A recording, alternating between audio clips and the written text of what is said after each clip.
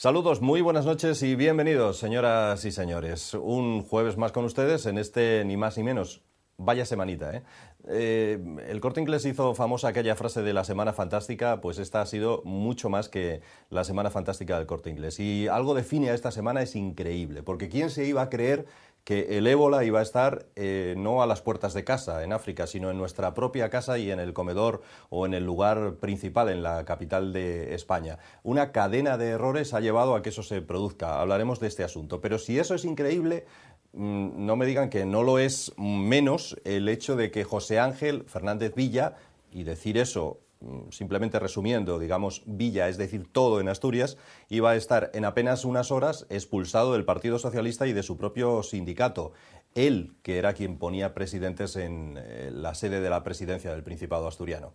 En fin, increíble. Hombre, lo de las tarjetas de Caja Madrid, eso ya sí es más creíble, porque eso ya es más común, más de andar por casa y más propio de todo español que se precie, ¿no? El que utilizaran tarjetas de crédito para comidas, joyas y demás, mientras les quitaban el piso a otros cuantos que no podían pagar.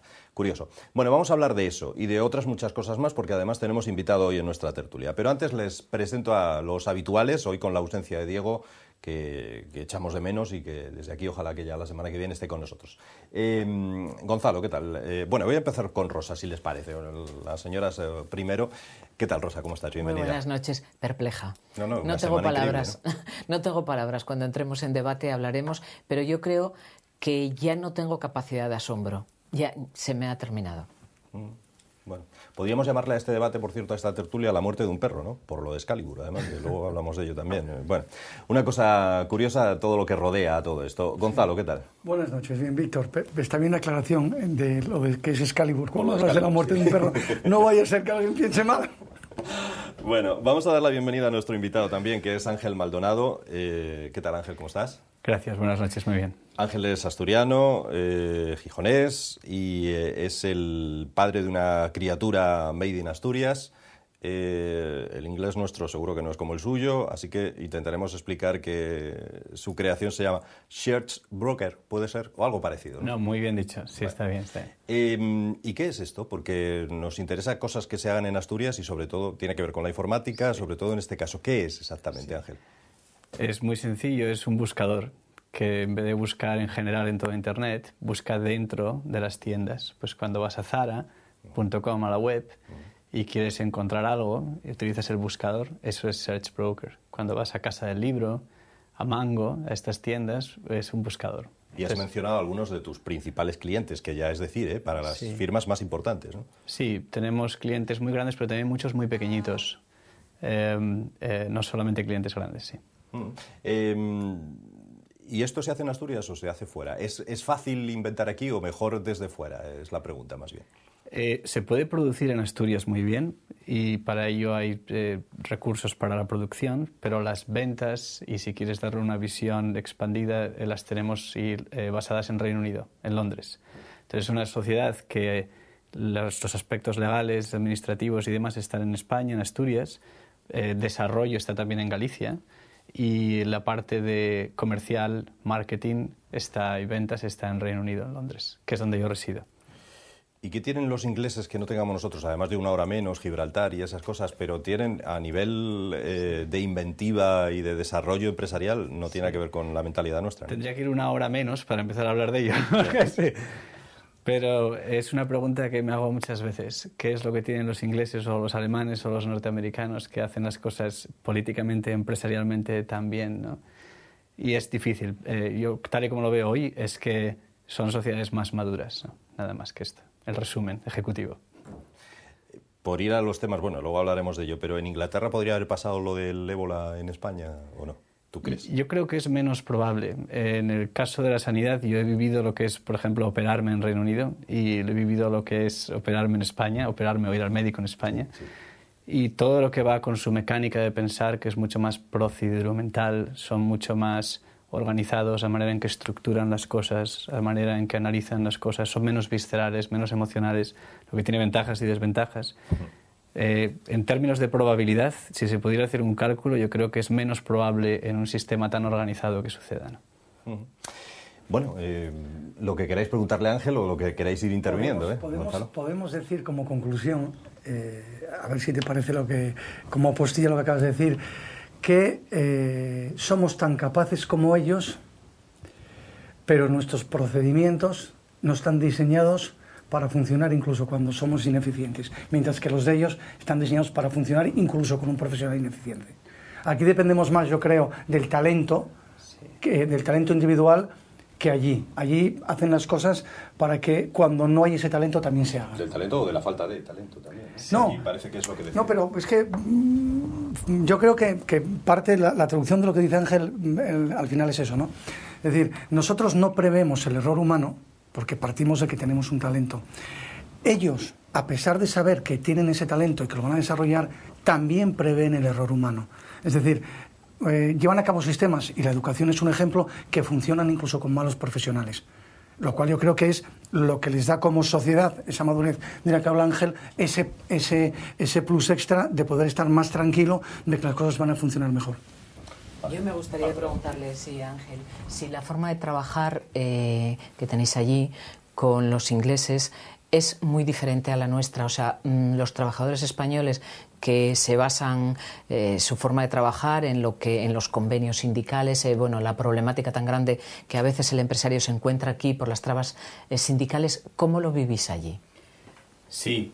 Lo primero que ha comentado Gonzalo, me parece que es un muy buen ángulo de verlo, que no hay menos dependencia del talento. También en favor de nuestra cultura, creo que tenemos más creatividad y lo podemos ver en los sectores del arte y la música, y podemos ver en muchos diseño que somos más creativos, ¿no? Y sin embargo es verdad que hay menos dependencia en Reino Unido, o en Alemania o en Estados Unidos de la creatividad para que las cosas no salgan mal. Con respecto a esto, otro de lo que es la operativa desde un punto de vista empresarial y la forma de trabajar en Reino Unido, a mí al principio me sorprendía, ¿no? Cosas como que un despido siempre es a 10 días por año. Allí, sí, así es, sí. La manera en que la gente espera, lo que la gente espera de su relación con el trabajo es diferente, ¿no?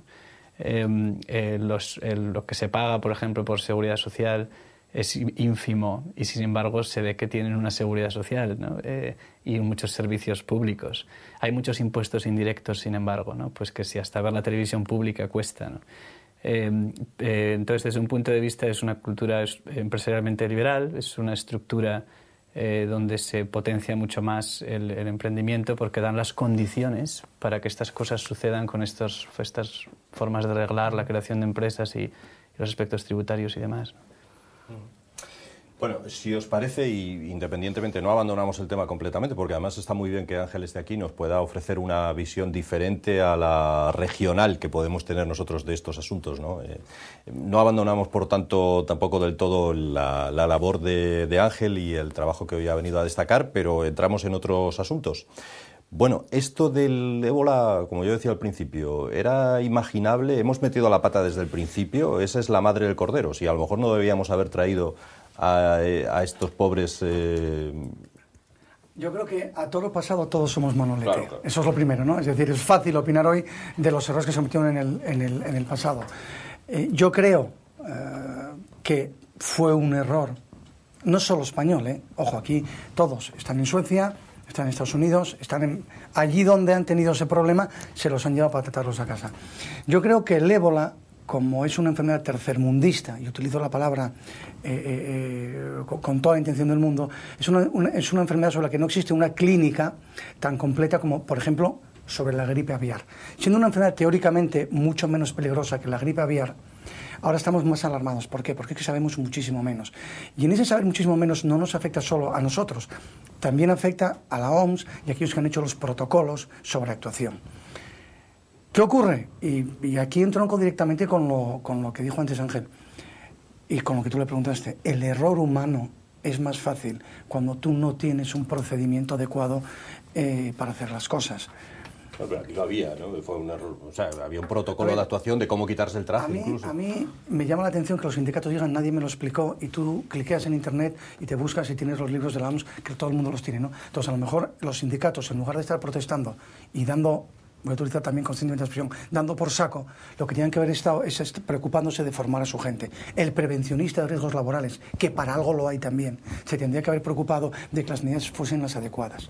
Y finalmente, y a lo mejor de hablar de una persona que al menos cuando entramos se debate entre la vida y la muerte, se ha arriesgado, incluso ella misma debería haber sido más responsable y no debería haber hecho las cosas que hizo antes, durante y después. Porque claro, cuando al medio le preguntan por qué ocurre esto y dice, me reservo mi opinión, se están dando cuenta de que han cometido errores. Y eso es muy español. Cometo errores y ya a ver cómo lo arreglo luego. El problema es que hay cosas, ahí estamos, hay cosas que no responden al talento del que hablábamos. Ahí estamos. Se fue a una clínica de belleza a depilarse. Se fue a esos sitios porque desconocía lo que llevaba. Perdona, no es verdad. Tenía un protocolo muy claro, ella tenía que estar localizada, tenía que avisar de lo que hacía y tenía que informar de lo que hacía. Sabía lo que podía hacer y lo que no. De hecho, cuando fue al centro de salud, no dijo que podía ser ébola. Es decir, quizás sea muy duro decirlo de una persona que está como está, ¿no? Sí. Pero es que eso es verdad. Las cosas hay que ponerles, y a la culpa hay que ponerle apellidos, aunque sea huérfana, ¿vale? ¿Las autoridades políticas no tienen culpa ninguna de esto? No. Yo voy a entrar un poco en la línea que ha entrado Gonzalo, y a toro pasado ahora todo el mundo sale diciendo a mí no me informaron cómo se ponía o cómo se quitaba el traje. Vamos a ver. Para empezar, las personas que participaron en la atención directa de los enfermos de ébola, de los sacerdotes, fueron voluntarios, no fueron trabajadores obligados. Por lo tanto, cuando vas voluntario a un sitio, lo sé, la información que te dan y que te facilitan es amplia. Y hombre, yo no me puedo creer, a mí no me pueden querer engañar ahora mismo diciéndome que es que entraron y no se sabían poner el traje. Todos somos adultos y es evidente que si yo tengo que entrar a tratar a un señor que tiene ébola, si nadie me enseñó a poner el traje, o soy idiota o digo, yo no entro. Porque no estamos hablando de tonterías, no estamos hablando de que voy a curar una herida en una rodilla, estamos hablando de la vida y la muerte. O sea, ahora mismo, ayer o anteayer aparecían, a mí me llegó, y supongo que a muchísimos de nuestros espectadores o a alguno de los que estáis aquí, a mí me llegó un mensaje de estos mensajes masivos que envían de un médico que, ponía al gobierno, pues eso, que saliéramos todos a la calle contra el gobierno. Bueno, pues ayer poniendo las cadenas amigas de algunos partidos políticos, salía el mismo señor contando lo mismo. O sea, y es que ya nadie se cree que un médico pues tenga la capacidad de inmediatamente salir y mandar mensajes masivos. Hay alguien detrás, hay partidos políticos detrás, y es muy triste que en este país, en vez de estar todos a una, gobierno, oposición, todos juntos luchando contra la problemática tan grande que tiene esto, que yo personalmente, a mí me aterra esto que está sucediendo en cuanto a lo personal y que esto se pueda propagar. En vez de estar todos a una, están dándose palos unos a otros, si tú tienes la culpa, si la ministra Mato. No, cuando esto se haya superado, busquemos culpables si es que los hubo, pero ahora vayamos todos en el mismo camino a buscar una solución si es que la hay. Y a tratar de echar la mano y poner el granito de arena todos, desde la oposición y desde el gobierno. Pero lo que no se puede es estar ahora mismo intentando hacer manifestaciones contra la ministra, contra el presidente. Yo no puedo entenderlo. A mí me parece que somos un país que, vistos desde fuera, debemos dar la sensación de ser Guinea Ecuatorial, por lo menos. O sea, yo quiero y yo pido sensatez, y que los partidos políticos estén todos a una, y que ha habido errores seguro, y que ha habido errores humanos también. Pero yo creo que ahora es el momento de todos unidos pelear contra esto para que se pueda terminar, pero no buscar culpables. Ángel. Sí, yo cuando pienso en esta cuestión pienso en dos cosas. Por un lado, sé que en el detalle del procedimiento que se haya tenido que seguir ha tenido que haber errores. Los errores no se producen por síntomas de que no se ha leído la documentación o de que alguien no le ha enseñado tal o tal cosa, sino por formas de abordar una tarea tan delicada como tratar a una persona con este virus, ¿no? y eso tiene una difícil solución. Eso hay que trabajarlo desde un punto de vista de modificar las conductas de estos profesionales y tomar más responsabilidad y más seriedad y, en definitiva, más profesionalidad sobre ello. La otra cuestión es que creo que hemos exagerado, creo, desde mi punto de vista, todo esto del ébola. Yo solo soy matemático y lo que yo veo es que los números dicen que no tiene la virulencia que esto se supone que tiene por qué tener, que son 2.000 y pico, 3.000 muertos en un sitio que podría haberse propagado de una manera y expandido de una manera exponencial, que no es el caso. Y por lo tanto no creo que sea, creo que es perfectamente superable y creo que no hace falta ni tener tanto pánico ni tanta historia con el tema. Sí sirve, si acaso, para poder reflexionar sobre cómo hacer que si estas cosas sucedan en el futuro, porque eso dicen que sucederá, que nos enfrentaremos, esto es un pequeño juego, pero que en los próximos años, dentro de nuestra vida o la de nuestros hijos, habrá viruses con virulencias mucho más potentes y donde sí que un error como este puede tener consecuencias muchísimo más graves, ¿no? Entonces, pensar un poco en eso, ¿no? La imagen que se está dando de España fuera es increíble. Todos los noticiarios de cualquier país del mundo han abierto con esta noticia y la imagen, bueno, no sé si tiene contacto desde que se ha producido hasta ahora con Inglaterra, pero yo supongo que igual, ¿no? Que se está dando una imagen de España. Sí. Yo creo que tienden, veo la prensa alemana y la inglesa y norteamericana, y creo que en especial en Alemania y en Inglaterra tienden a darnos mucha caña en España, quizás excesivamente, ¿no? Yo no sé, muchas veces he pensado si esto responde a algún tipo de envidia, que son demasiado agresivos con los errores que podamos cometer, ¿no? Y se exagera un poco las cosas, ¿no? En determinada línea de prensa, no en toda. De hecho, en la estatal es bastante más moderada en estas acciones. Es verdad, sí, es verdad. No sé por qué esa... Cuando hay corrupción nos pintan... pero en Alemania también. Eso es un poco un asalto, un ataque muy directo, ¿no? Y que no es nada constructivo, ¿no? Pero bueno, sí que es verdad que te lamentas cuando ves estas cosas, sobre todo los casos de corrupción y demás, que nos pintan como un país basado en el favoritismo, lo llaman ellos un favor culture, de amiguismos, asocian nuestro papel y nuestra intimidad familiar con nuestros favores que nos hacemos unos a los otros, y que ese es el germen de la corrupción y tal y cual y tal. Nos comparaban, una vez leí, yo creo que esto fue en el Guardian, con Pakistán, en cuanto a que tenían una cultura del favor, y que todo eso, oye, tengo a alguien que trabaja en el hospital y entonces tiene una conexión, la cultura del favor es el germen de la corrupción, decía, ¿no? Bueno, algo hay de eso, ¿no? Sí, yo estoy convencido de ello, sí, en esto sí, pero esto es y esto es lo bueno que sucedan, volviendo al tema del ébola, que sucedan estas cosas, tanto en cuanto sean controladas, porque pueden ser una fuente de aprendizaje, ¿no? Y estos pequeños pasos a seguir madurando, ¿no? Lo que pasa que es que en España, cuando alguien se equivoca, en lugar de tratar de utilizarlo como decía Ángel, como hace el anglosajón, como una experiencia para crecer y no repetir errores, directamente lo enterramos, ¿no? Aquel al que se equivoca. Tú lo decías, no tienen culpa los políticos. Yo parto de que intuitivamente, y diciendo eso, que a todo lo pasado es fácil, cuando uno no conoce suficientemente una cosa, el mover a un enfermo es algo poco recomendable, ¿no? Puede parecer humanidad, pero no serlo. A lo mejor tenemos que aprender, la experiencia nos tiene que decir que el próximo enfermo de ébola mandemos medios allí para curarlo allí y dejémonos de hacerlo aquí. Porque para ponerle el suero que se saca de uno que se curó, no hace falta tenerlo aquí. Allí el riesgo de contagio es menor. Los medios no pueden ser iguales, Gonzalo, incluso solamente con eso. Bien, pero es que puedes trasladar los medios allí y asumes mucho menos riesgo. Pero eso, ahora, visto... Y además curas a más gente, porque esos medios los vas a tener a disposición de muchos más enfermos. Es decir, no es lo mismo tener una habitación o un hospital aislada en España o en Estados Unidos o en Suecia, que trasladar allí materiales, construir un hospital para aislar a la gente, y tienes a los tuyos y a los indígenas. Y además investigas sobre el terreno las causas reales de la propagación. Hombre, yo creo a mí que me parece mucho más... No.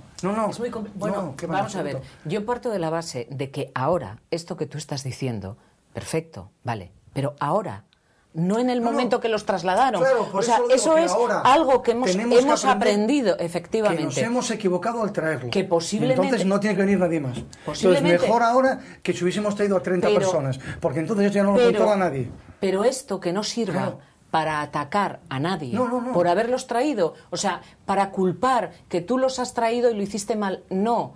Posiblemente en el momento que decidieron traerlos era la mejor opción, o sea, la mejor opción que tenían sobre la mesa. Luego se ha comprobado que a lo mejor, yo no lo sé, no lo es esa opción, pero eso que no sirva de arma arrojadiza para estar peleándose como se están peleando ahora. Es que a un gobierno tienes que pedirle que haga las cosas con sensatez, que trabaje por el bien de los ciudadanos, pero a un gobierno ni a nadie le puedes pedir que sea infalible. Por supuesto. Y lo que no puedes utilizar son los errores tal cual se están utilizando ahora para orquestar campañas excesivas alrededor de lo que puede haber sido un error, en lugar de decir, oiga, no me lo hagan nunca más.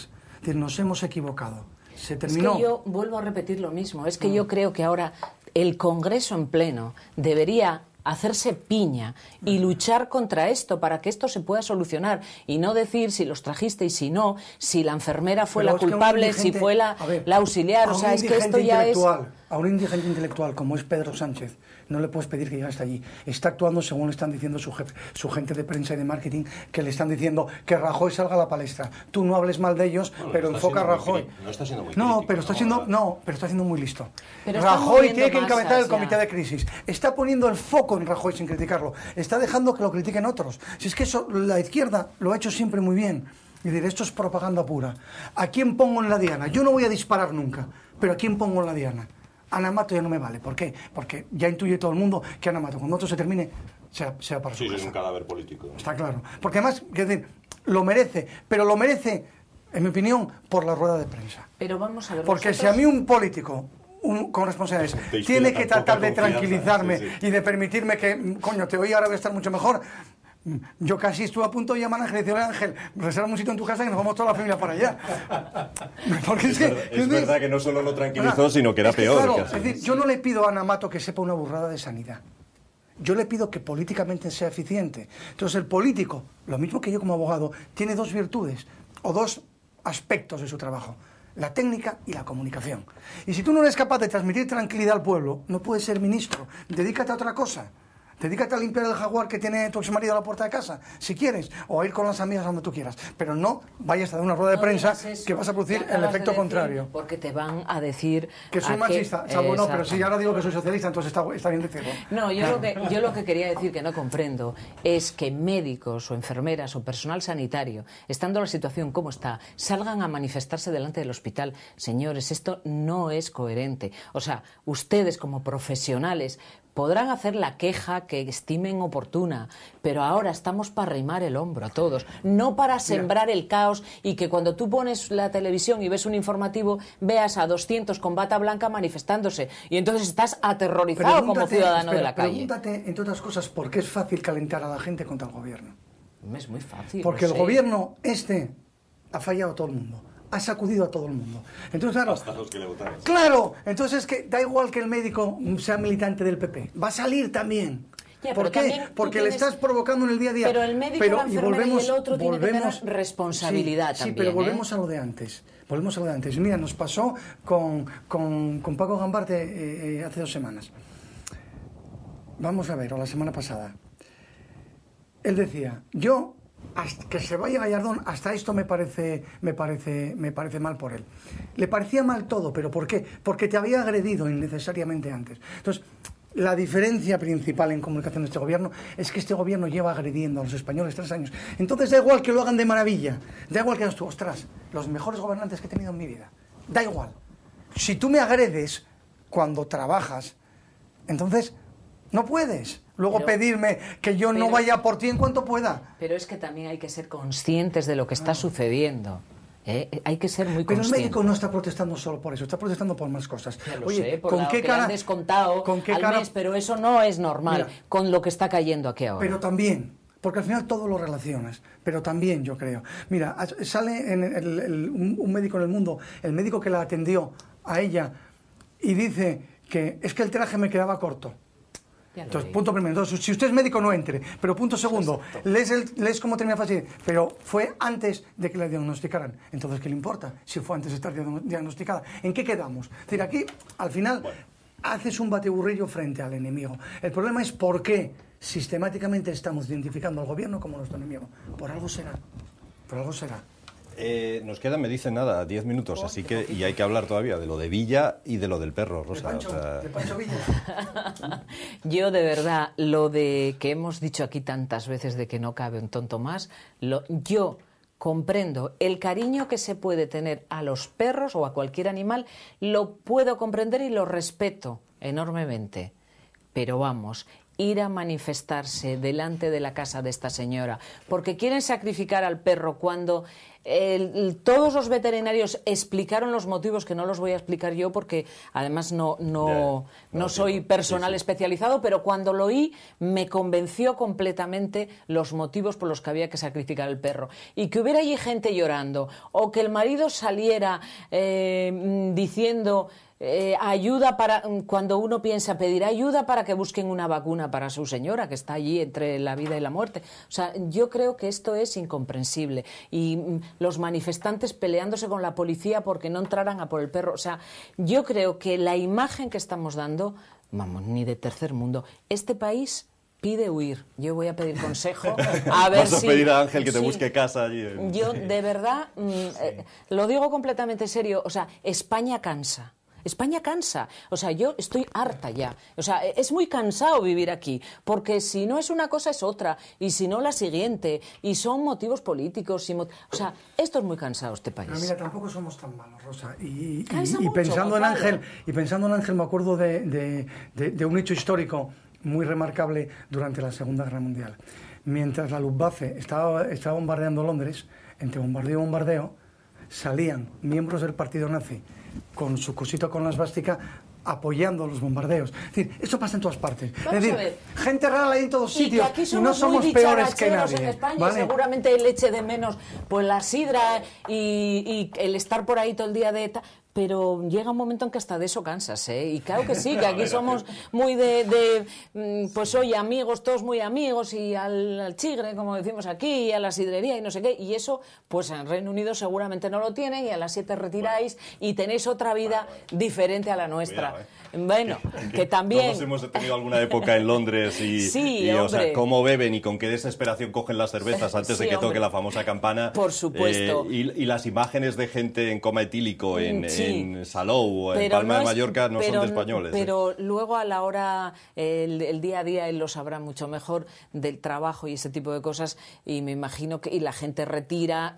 Pero si nosotros salimos en Asturias, lo sabemos todos, y es que yo tengo amigas que viven fuera y dicen, pero ¿cómo salís todos los días? O sea, esto es impensable. A ver, Ángel, lo último que quieras decir sobre esto, si es que quieres decir algo sobre estos temas. Yo creo que si el perro hablara hubiera pedido que lo mataran, seguro.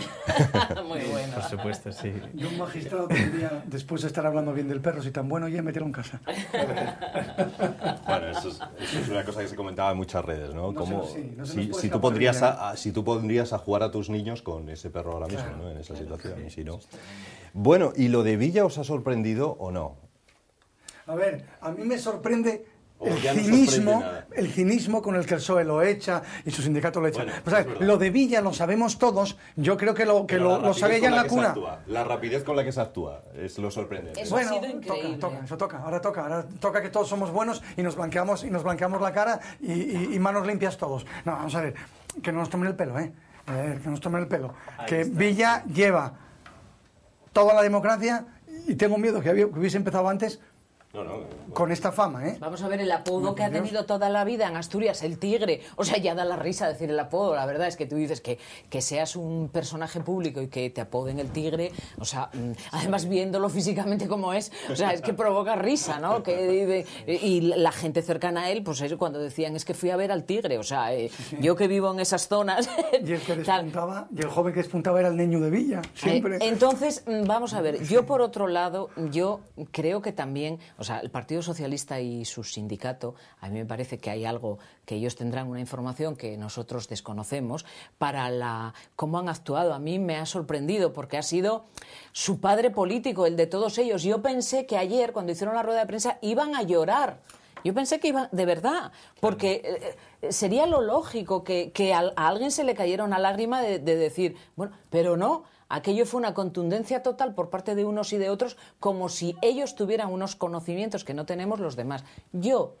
Fíjate que el personaje nunca me llegó, porque ese personaje a mí siempre me causó rechazo, pero yo creo que presunción de inocencia debe tener. Y yo esperaría que ese hombre hablara y que se defienda, por lo menos, y luego ya se podrán tirar a la yugular. Creo, y fijaros lo que voy a decir, Gonzalo se va a sonreír cuando lo diga, que el único que ha actuado correctamente ha sido Cascos, con sus declaraciones. ¿No es que son amigos? Bueno, ya, pero también son amigos sus compañeros del partido. No, un compañero del partido, de acuerdo de la frase de Churchill, ¿no? Cuando hablan mis enemigos, no, sus enemigos son los que están detrás, no los que están enfrente. No te olvides, claro. Sí, no, esa frase es buenísima. Cuerpo a tierra que vienen los míos. O sea, a mí me sorprende que la gente se sorprenda de esto de Villa y de todos los otros casos de corrupción, porque lo que se da por defecto es la corrupción y el aprovechamiento. Y para mí está claro que allá donde vayas a mirar, una persona que lleva tantos años enlazado con el poder y tal, me parece que la excepción es que no tuviera ningún acto ilegítimo que hubiera dado lugar a enriquecimiento de actividades espurias, ¿no? Está claro que por defecto es así, ¿no? Y aquellos que muestran o respeto, yo creo que es porque también tienen sus actividades ilegítimas, y aquellos que piden y actúan con esto es sorprendente y tal, no esperábamos y tal, me parece increíble que la gente se sorprenda cuando esto yo creo que se da por hecho, ¿no? Me parece, ¿no? Yo recuerdo verlo en los titulares, no se cerrará una mina y tal, ¿sabes? Sobre mi cadáver. Sobre mi cadáver. Y es un golpe muy duro para la buena gente que siga a estas personas, sí. Eso es tremendo. Eso es un golpe muy duro, sí. Por eso yo decía que cuando hicieron la rueda de prensa, yo me imaginaba, no al partido, que ya es otra cosa, sino al sindicato, a la gente a la persona, por ejemplo, que le sustituyó. Yo personalmente dije, estos señores cuando hagan la rueda de prensa se les tienen que saltar las lágrimas, porque ha tenido que ser tremendo para el que creyera en él. Y no, estaban muy tranquilos, allí soltaron adjetivos incluso gruesos, y dices, no lo puedo entender, lo expulsamos. Luego, hay algo, en Asturias siempre pasan cosas que algunos desconocemos, otros tienen muy claros y bueno, pero aquí detrás hay algo más, ellos serían conocedores de todo, a lo mejor quieren con esto tapar, no lo sé, no. A mí me ha sorprendido la reacción de unos y otros muchísimo, y la actitud de Javier Fernández, que desde luego lo puso él ahí, la actitud tan dura y tan fría de Javier Fernández me pareció tremenda. Ahora, los que seguimos la política desde hace muchos años, yo ayer pensé y me acordé, y a lo mejor vosotros os pasó lo mismo y muchos espectadores también, en José Laudelino Campelo. No sé si os acordáis de él, aquel señor que siempre dijo que era un dirigente del SOMA y tal, de la cuenca del Nalón, que fue a juicio porque había unas grabaciones, os acordaréis, en las que pedía dinero a unos empresarios. A un centro comercial era, ¿no? Exacto. Y él siempre dijo que José Ángel Fernández Villa era conocedor, y lo lapidaron a este hombre, o sea, lo lapidaron, y me imagino que ayer pensaría, hombre, si es verdad, ha llegado mi día. Un dirigente sindical, ¿cómo se hace con 1,4 millones de euros? Es difícil, ¿eh? Ni aunque no hubiera comido, eso no sale de un sueldo. ni hubiera gastado un euro a lo largo de toda su vida, ¿eh? Sí, yo creo que al final, Sí, lo malo de esto es que lo que podemos decir son vulgaridades, porque yo creo que es todo evidente, ¿no? Bueno. Al final, ¿por qué van tan rápido? Porque saben lo que hay y saben que lo van a cazar. Entonces, cuanto antes lo eche el partido del sindicato, menos precio pago yo. Aquí no hay más. Es decir, es un partido que no soporta un caso más de corrupción, porque yo creo que ya lo he dicho, lo dijo en su día Leopoldo Alas Clarín, y le costó una querella del presidente del Banco Herrero cuando hizo aquella frase tan bonita de cueva de ladrones de semítica presencia.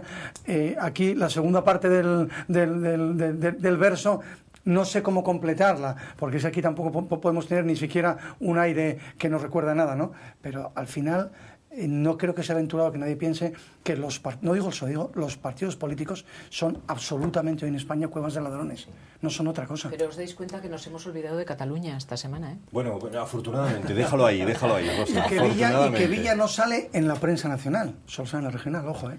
No, ayer salió muy en todos los poquito. informativos, en el ayer, país en en la portada. prensa, En el país sí. ayer en Hoy ya portada. Bueno, ya no, desaparece. pero ayer era portada en todos los Portada y periódicos y en todos los los informativos. nacionales. Pero es eso, portada y desaparece. Eso sí, bueno, no eso puede somos sevillanos todavía. Oye, despedimos a Ángel, si os parece, Ángel Maldonado. Muchísimas gracias, Ángel, por estar con nosotros. A vosotros, gracias. Cuando quieras, encantados. Aquí, esta es tu casa. Cuando quieras vuelves a contarnos cosas que ha sido muy interesante. Me lanzaré en paracaídas desde Londres con buenas nuevas. Sí. Bueno, y vamos a acabar con Rosa y con la agenda. Yo sé que tienes mucho de agenda, Creo Rosa. que no voy a Te poder pido contarlo brevedad todo. a pesar de todo. No sé por dónde empezar. A ver. Pues igual a lo mejor solamente voy a hablar de Avilés. En toda Asturias hay este fin de semana muchísimas cosas. O sea, yo repito siempre. ¿Y eso por qué? ¿Por lo del puente de la...? Pues no, porque llega el otoño y hay muchísimo. Es que en Asturias, como somos tan llorones, que siempre decimos que no hay nada y es mentira, hay muchas actividades culturales, muchas. Bueno, Avilés. Se conmemora el 400 aniversario del nacimiento de Carreño Miranda, del famosísimo pintor. Entonces han hecho una exposición, hay dos exposiciones, una en el CEMAC, en el Centro de Arte, y otra en la calle. En la calle hay 25 esculturas que conmemoran el cuadro de las monstruas. Entonces, un montón de artistas han, a partir de una fibra de vidrio con el personaje de la monstrua, lo han decorado, y entonces está por todo el casco histórico de Avilés. Es fantástico de ver, o sea, a mí me empezó una exposición fantástica. Todo el mundo se está quejando, y lo digo para que si alguien nos oye del ayuntamiento lo tenga en cuenta. No se está hablando de qué artistas son los que han participado, no está muy bien señalizado dónde están las monstruas para verlas, en fin, que es una pena. Va a estar hasta final de año, por lo tanto tienen tiempo de corregirlo. Luego la otra exposición con un montón de artistas que interpretan a Carreño Miranda, con 36 cuadros interpretándolo. Luego, en el Centro Cultural de los Canapés, en Avilés, mañana a las 6 de la tarde, el grupo asturiano Nuntris tiene una obra para niños que se titula El peregrino valiente. Pues muy interesante para llevar a los niños, la gente esa barriada de ahí. En la Sala Club del Centro Niemeyer, el sábado, tienen a las 8:30 La abducción de Luis Guzmán, una obra de teatro muy interesante. Esta ya es de pago. Y luego el domingo, día 12, a las 6 de la tarde, dirigido para el público, bueno, más bien infantil, pero para la familia, pues La magia de Cenicienta, un musical. También me parece que son 15 euros por ahí la entrada. En Avilés, pues está como para irse a Avilés, comer en Avilés, ver la exposición de la calle, luego ir al teatro, en fin, hay muchas cosas. En Gijón, por decirlo rápido, no paran. En el Jovellanos hay actuaciones viernes, sábado y domingo. Café Quijano, teatro. Goyo Jiménez, que es una maravilla. Correcto, sí, sentido señor. del humor inteligentísimo. Sí, Hace falta eso, Sí.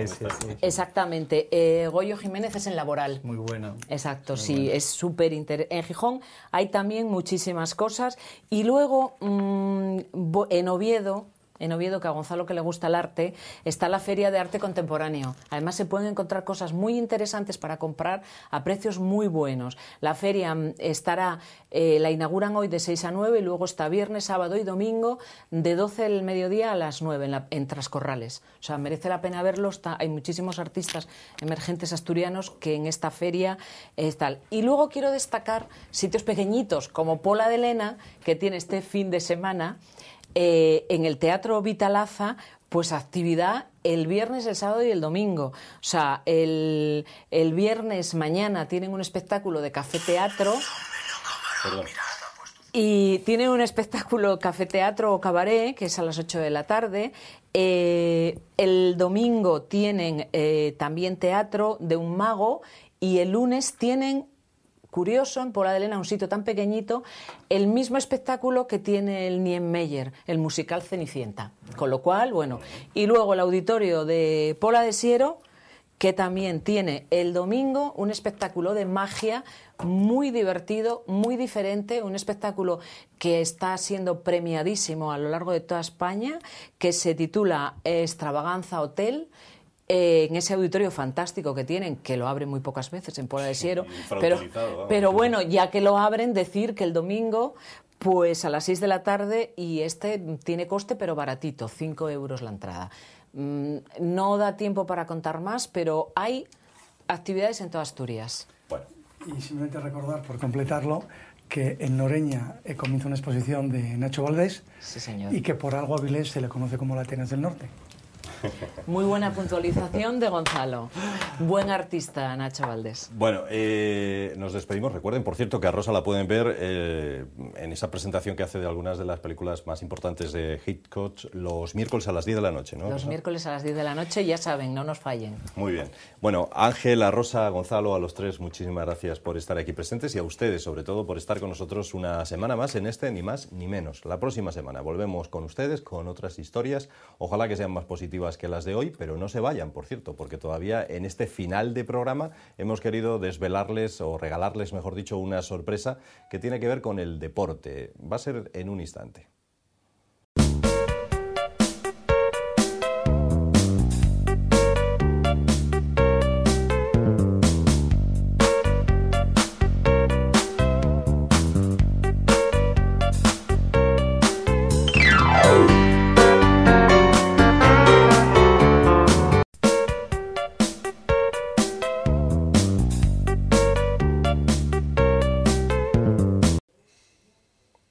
Pues hay más temas, además de los muchos desarrollados en la tertulia, hay otros asuntos que hoy queríamos llevarles hasta esta palestra televisiva. Nos referimos al equipo local del Real Oviedo Rugby. Hablamos hoy de este deporte, un deporte que quizá tiene una inmerecida fama para algunos de violento, pero que es todo lo contrario, probablemente un deporte muy noble. Vamos a hablar con Josué Baretino, que es el presidente del Oviedo Rugby. Le damos la bienvenida de forma inmediata. Josué, bienvenido. Gracias. Gracias a vosotros por estar aquí, ¿no? Josué, no sé si los periodistas acudimos a menudo a los tópicos para hablar del rugby, ¿no? Lo digo por esta presentación que hemos hecho de que tiene fama de violento, pero no lo es, en fin. Bueno, no, yo creo que el deporte, si no se conoce y se ve por la tele, puede parecer que es un poco violento, pero hay contacto físico, pero es un contacto físico noble y la gente está preparada para soportarlo. Con nosotros estaba en la tertulia, como siempre, Gonzalo Botas, abogado, y en este caso cambiamos su rótulo y más que abogado podríamos decir exjugador o antiguo jugador de rugby también. ¿Qué tal, Gonzalo? Pues bien, buenas noches de nuevo. Pues mira, sí, hablando de esos tópicos que tú decías, siempre se ha dicho que el fútbol es un deporte de caballeros jugado por villanos y el rugby es un deporte de villanos jugado por caballeros. Eso tú decías, de que parece violento. Si el rugby fuese violento, habría un muerto en cada partido. Sí. Precisamente el rugby es un deporte fuerte, es un deporte de contacto, es un deporte muy físico, pero que precisamente por ese motivo no puede ser violento. La técnica en el rugby es importantísima, más que en cualquier otro deporte, no ya para hacerlo bien, sino incluso para evitar lesionarse. Es decir, un contacto mal hecho, un gesto mal hecho, te puede acarrear una lesión. Por eso quizás el rugby, en contra de lo que parece, es de los deportes más técnicos que puede haber.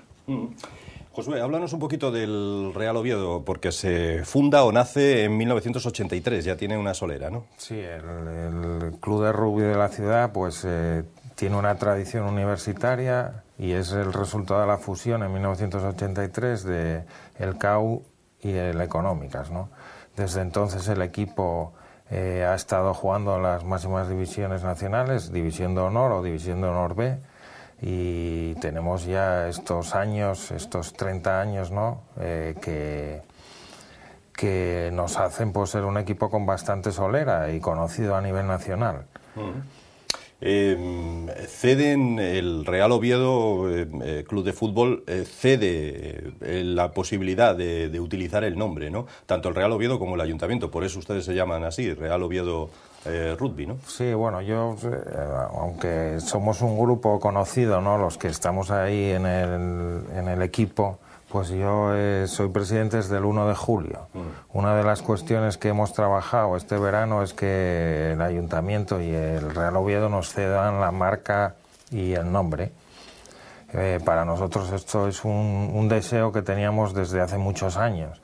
de unirnos a la marca deportiva más importante de la ciudad y que nos dé su amparo y nos ponga a disposición, bueno, una serie de sinergias que antes no podíamos tener.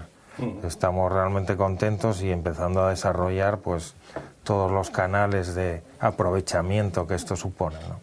El rugby a nivel internacional tiene mucha importancia, en algunos países absoluta, es el deporte rey. ¿Por qué en España no tiene ese despegue?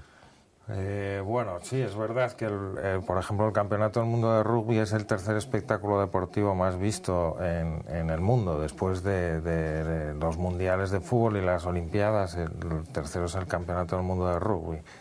Es un deporte nacido en Inglaterra, como tantos otros, y está extendido por todos los países anglosajones, no solo como un deporte, sino que es un modo, una cultura que se enseña desde muy pequeños en los colegios como una forma de desarrollarte como persona, de hacer amigos, de adquirir una serie de virtudes de sacrificio, dignidad, honor, etcétera, ¿no? ¿Por qué en España no está desarrollado? Pues porque España es un país de fútbol. Y contra eso no hay forma de luchar. Y eso es muy difícil luchar contra eso. Tenemos ejemplos que lo han hecho bien, por ejemplo Italia, que era un país de fútbol también, y que sin embargo hay otros deportes como el rugby que han ido desarrollando estos últimos años. De hecho, el famoso torneo Cinco Naciones que jugaban los países del Reino Unido, Irlanda más Francia, pues ahora es 6 naciones porque se ha incorporado Italia desde hace unos años porque ha logrado una liga profesional, ¿no? ¿En España son profesionales quienes juegan al rugby en División de Honor? Sí, hay una mezcla de profesionales y amateurs, ¿no? Pero hay muchos jugadores que son profesionales en División de Honor, pero bueno, no tienen el nivel de la profesionalidad que puede tener Francia, Inglaterra, incluso Italia, ¿no? Por supuesto. Muchos jugadores de División de Honor son extranjeros que vienen a jugar a España, ¿no? De Argentina, de las antípodas, ¿no? Neozelandeses, australianos. Pero no somos capaces de sacar una liga profesional con un cierto nivel, ¿no? De hecho, en la selección española, por ejemplo, muchos de los jugadores que juegan son jugadores franceses que tienen unos orígenes, sí, claro, sí. Españoles. Y es la forma de nacionalizarlos. Y es la forma de darle más nivel a la selección, pero bueno, realmente ahí no lo estamos haciendo muy bien como un colectivo que quiere tener una liga profesional, que es que realmente con una liga profesional tú puedes tener un espejo al que mirarte y sacar jugadores de cantera, ¿no? Yo creo que quizá el problema en origen puede también estar en que es un deporte inicialmente elitista, muy circunscrito a la universidad. Y en España la universidad tampoco tiene la organización o la cultura que tienen otros sitios que se forman en torno al campus, que la mayoría de los estudiantes viven fuera y utilizan el deporte como ese vínculo, lo que decía Josué antes, ¿no? Ese vínculo de unión para hacer amigos, para tener amistades para toda la vida. Y quizás tenga mucho que ver, yo creo, quizás con la estructura universitaria española, ¿no? Aquí el estudiante de fuera es minoría siempre en la universidad, entonces no tiene una herramienta de integración, no hace falta esa herramienta de integración, que curiosamente en Inglaterra lo llevan hasta el extremo de ser una asignatura trimestral obligatoria en la mayoría de los colegios, ¿no? Entonces, quizá ahí resida el principal problema para el desarrollo del rugby, que inicialmente no lo es en la actualidad un deporte elitista, ni mucho menos, pero inicialmente era un deporte que está unido a unas ciertas élites intelectuales, en el 19 y a principios del 20, a la universidad. De hecho, por ejemplo, mi abuelo jugó a rugby en Francia en la universidad cuando estudié allí. En España no jugaba nadie a rugby, creo que estaba la Samboyana que hacía partidos cruzaba la frontera, iba a Francia a jugar partidos. Entonces, quizás tenga mucho que ver con el carácter estrictamente universitario y con el poco movimiento de estudiantes en España. La mayoría de la gente estudia en su casa y entonces ya tiene su vida hecha y no necesita acudir a otras herramientas quizás para socializar. Gonzalo, como abogado, ¿qué dirías en defensa del rugby? Pues mira, del rugby solo hay que decir una cosa para defenderlo, que la gente vaya a verlo.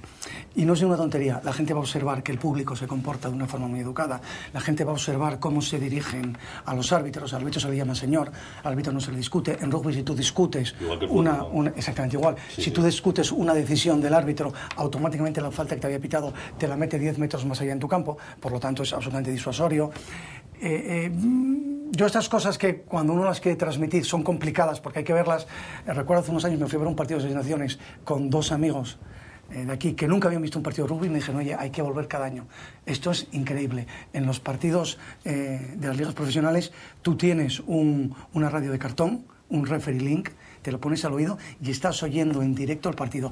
Absolutamente todas las conversaciones del árbitro con los jugadores. Te das cuenta cómo el árbitro se dirige al jugador diciéndole, señor, por favor, póngase más atrás. Señor, por favor, están fuera de juego. ¿Qué le dicen al árbitro? Señor, ¿qué he hecho cuando les pita una falta? Es decir, te das cuenta de que eso precisamente para la vida es muy útil porque te das cuenta que tú puedes ser muy firme defendiendo lo tuyo, pero que esa famosa mano de hierro en guante de seda no es meramente una frase, es algo que se puede practicar en el día a día. Y sería muy ilustrativo además para que los niños aprendan que solos no se va a ningún sitio y que necesitas a tu compañero de al lado para llegar lejos. Es, decía antes Gonzalo, una escuela de vida, ¿no? El rugby, más que solamente un deporte, ¿no?